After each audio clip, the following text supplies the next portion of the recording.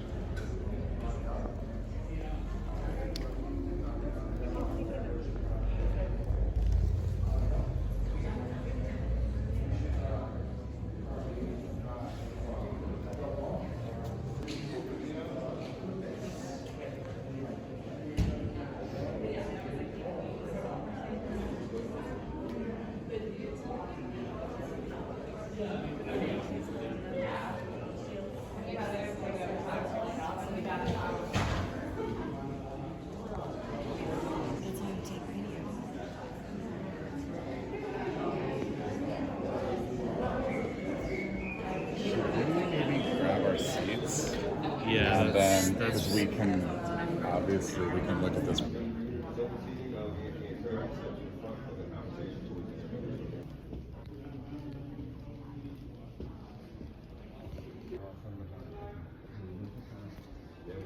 awesome.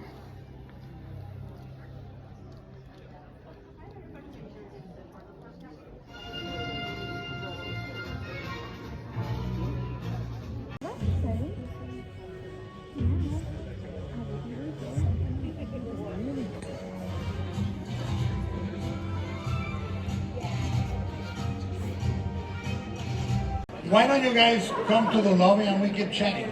It's great. Thank you. See you there. We'll go one more time. If you can stay and the academy doesn't take my membership, I'll see you in the lobby. Thank you guys.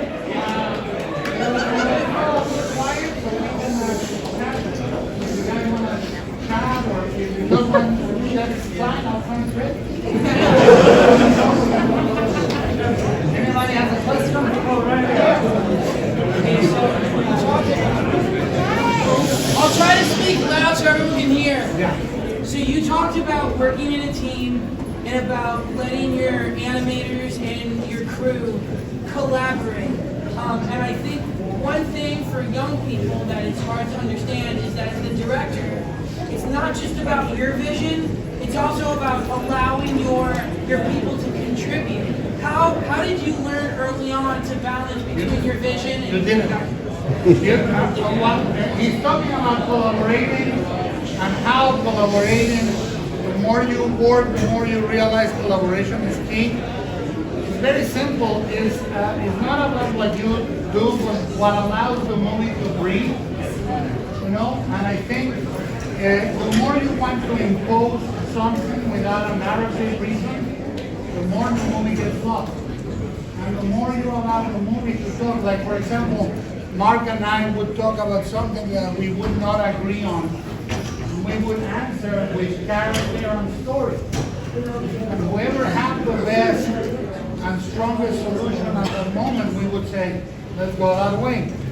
You know, there were things in this movie that are not common in animation. Like we would do one take and then we would do a second or third take of the same shot. Because the important thing in this shot, and I made it a point to the animator, I said, I want to know what the character is thinking. And I said, don't move the character, animate it. Because to animate is to put a soul, anima, a soul into the puppet. It's not, yes, I can move the puppet so he moves here and goes a little bit. But what is that character thinking? What is that character feeling? So whenever we launch a shot, we would launch a shot saying, this is what happened before, this is what is going to happen next, this is where we are. How can we serve these moments? And every decision that you've seen taken, and this is a problem, is in animation, I think that what you can bring to it is not being afraid of doing it differently. Now, when you do it differently, you're going to scare the crap out of a lot of people. And in order to make the best possible thing is when you partner, to your question, when you partner with people that allow you to take that risk. So imagine this. When I meet you, are you okay? When I meet you, I have one chance at a first impression, right? It's the same with an artist. You can never hear what your animator has to say, or you can listen. And as a director, you treat them like actors. You have to listen. Animation is a cast of animators. The puppet is not the character. The puppet looks like the character. But the puppet only becomes an actor when an animator animates it. So if you only dictate to your actors, then you're going to end up with a movie where 10 of you are on the screen. But if you trust your cast, you're going to end up with 10 different characters doing 10 different things that make your shot interesting. And to finish, that's why animation schools can be a great place to break the mold or a great place to be pushed into a mold. And you cannot let yourself be pushed into a mold. Amen.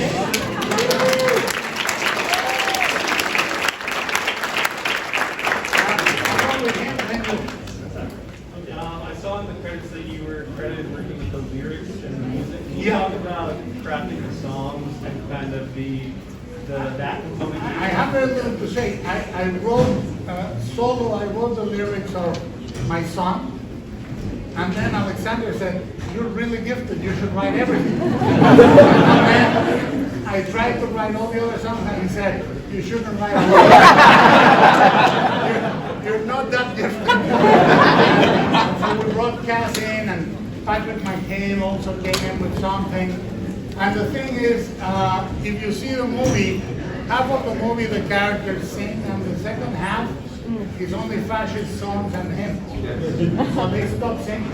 You know? So we had at the beginning to compose the songs, and the idea is, can we follow, like, the most difficult thing with this movie is the tone. And let me explain that to you. You need to be able to combine a Tex Avery limousine, a Warner Brothers limousine arriving in Mussolini being dying, or the Britain being crushed and going, you know, with really, really profoundly moving, heartfelt moments that have a spiritual dimension. But fortunately, that is the one thing I've been doing for 30 years. So it was the thing that we have to keep an eye on. And in the songs, they help uniform the movie emotionally into having points of view quickly, you know. And we wanted to make them at the same time a musical and do things that normally in musicals you don't get. The cricket starts to sing and gets crushed every time. great song my dear father used to sing. I'm back. And I think he can only sing after death. So that was, the philosophy was that to try to give the point of view with the song. Thank you. Now you. That just answered my question. Oh, perfect. 2 for 1. Yeah, like the idea of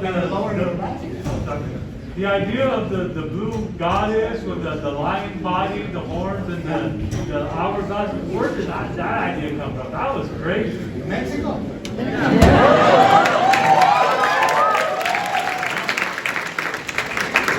you look at the movie, those 2 figures have every single thing from Mexican sculpture and creativity.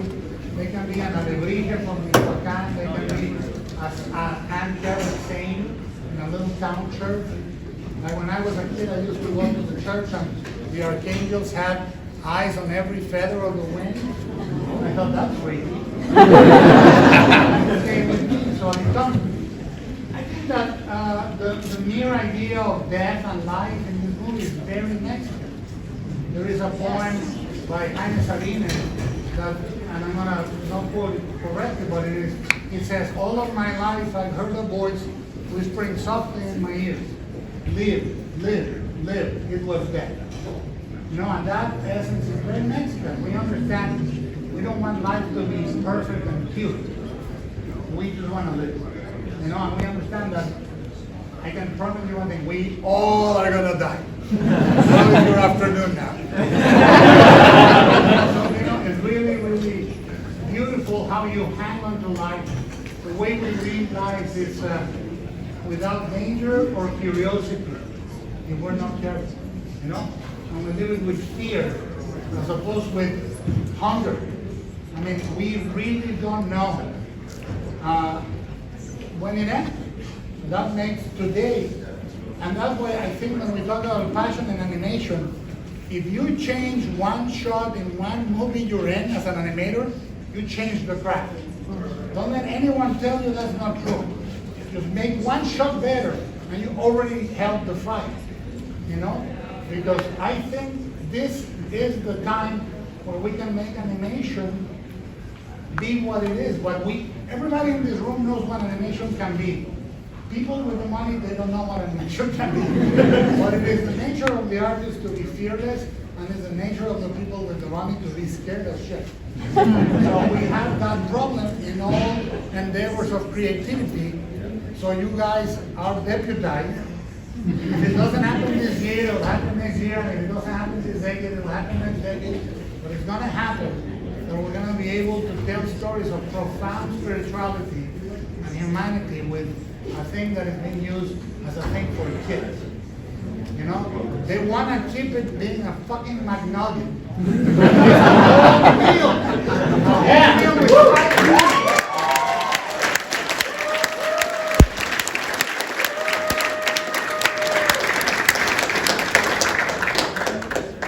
Now, is there a possibility that you can still direct at the Mountain of Madness?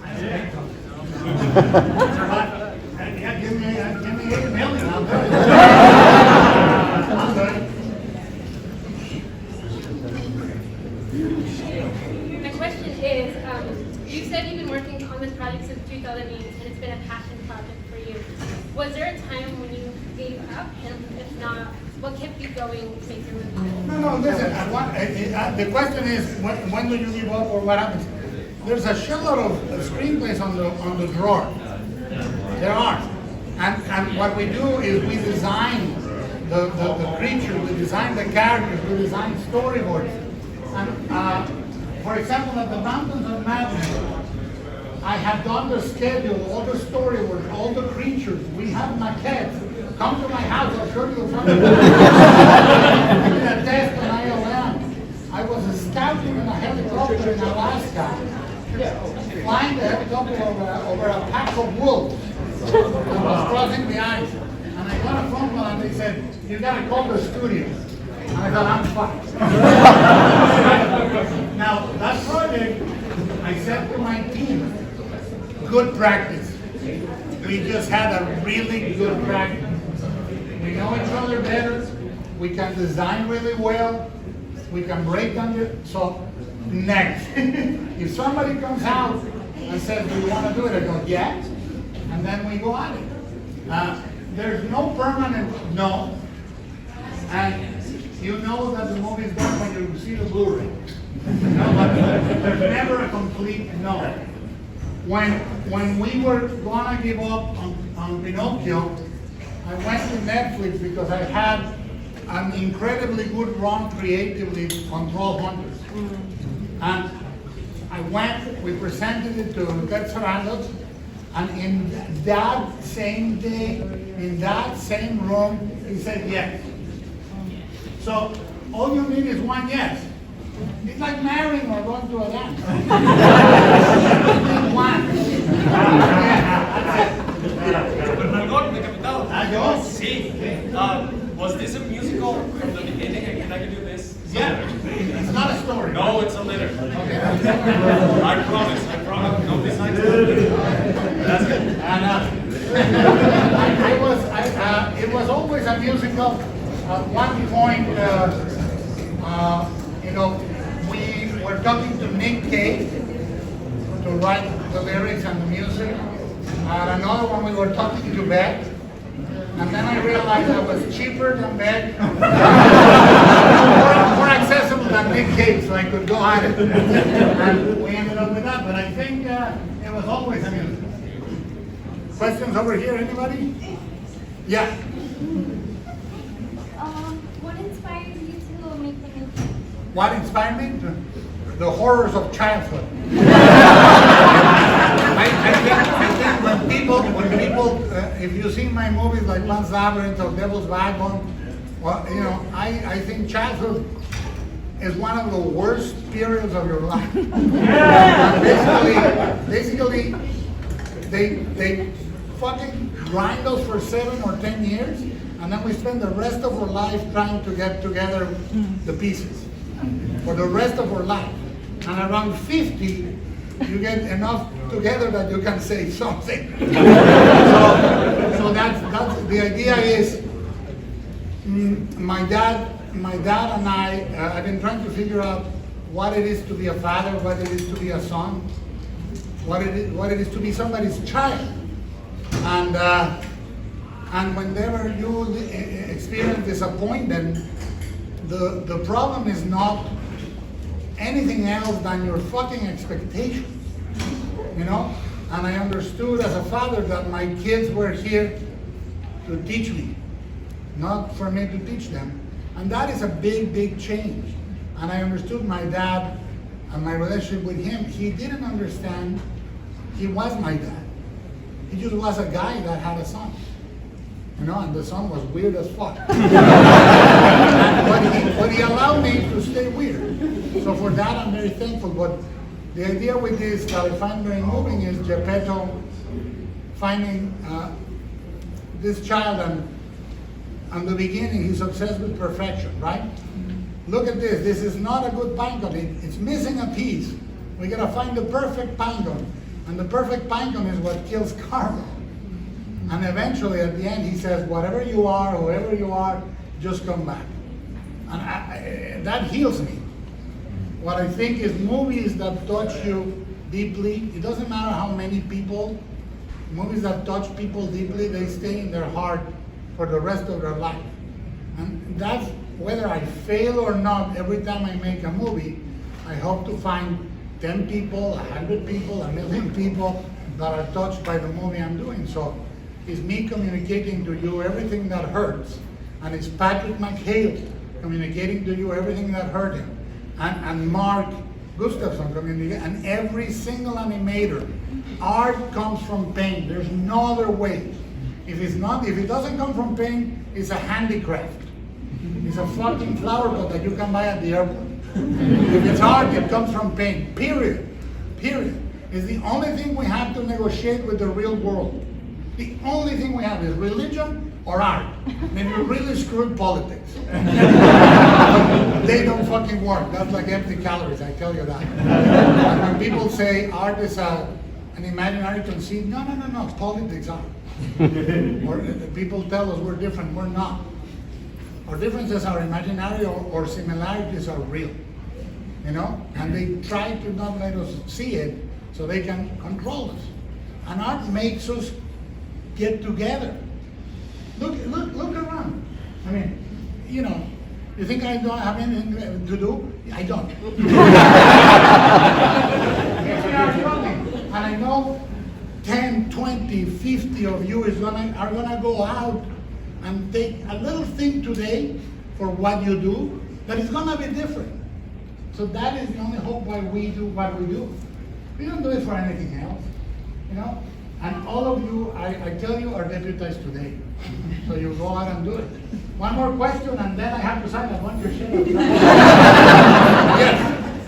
The voice cast was so amazing. Great. Could you speak a little bit about how you got these people? Yes, by luck. No. I wrote it thinking of David Bradley for Geppetto, because we've done The Strain and 12 Countries together. And he's a great actor, and I'm writing him a part right now. Christoph Waltz, I was a president of the jury in the Venice Film Festival, and I just fell in love with the guy. I said, he has to be that guy. Kate Blanchett, we were shooting Nightmare Alley, and she said, I want to work with you again right away. And I said, there's nothing on Pinocchio, only a monkey.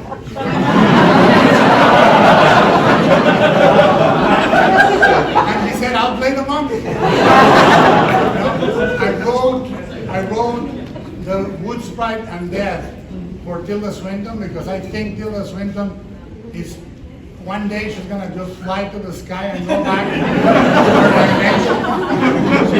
She's not of this world. She's the only voice I could think fits it. I wrote one for Ron Perlman because otherwise he would kick my ass. And he would be really offended. I wrote it for him. Gregory, Pinocchio was a miracle. I'm taking that kid to Disneyland next week. Are you going to ride the Pinocchio? I'm going to do Pinocchio. You better take a I'm going to take a picture, man. This is, the voices are 50%. Ewan McGregor, when he did the voice, it was the first time we met for this project. And he arrived, he had gone in a motorcycle trip with one of his kids through all of South America. And he came in with the same jacket full of dust. And he thought he was coming to talk about the character. He walks in and I said, let's go record. Immediately, because what I think is great is you hear them, and the way you hear them is like a composer listening to an instrument. You say, try this, try that, and eventually we came to the voice of the cricket and he nailed it, you know, and so on and so forth. So I think, but I want to say for the last time, because it's really important, the other part of the cast that is beautiful is the animators.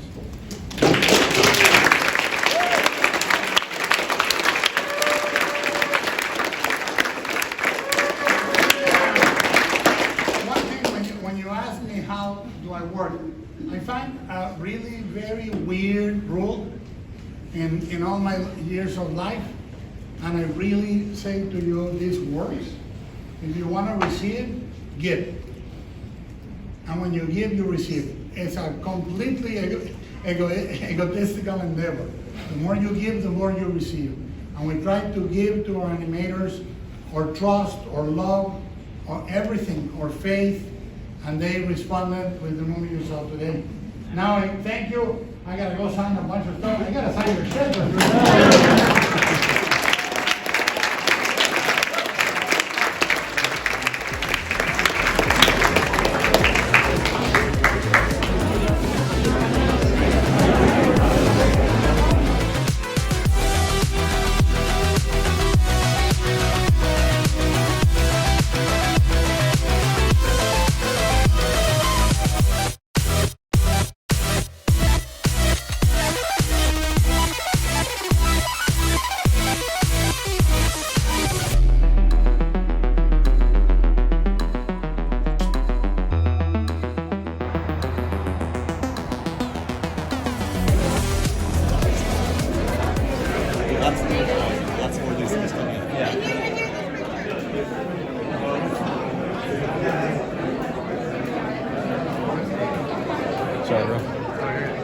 Guillermo, Guillermo, por favor.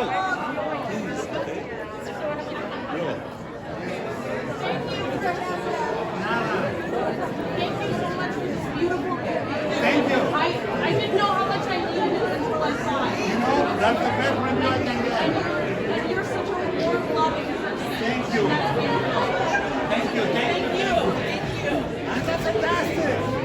Look at that.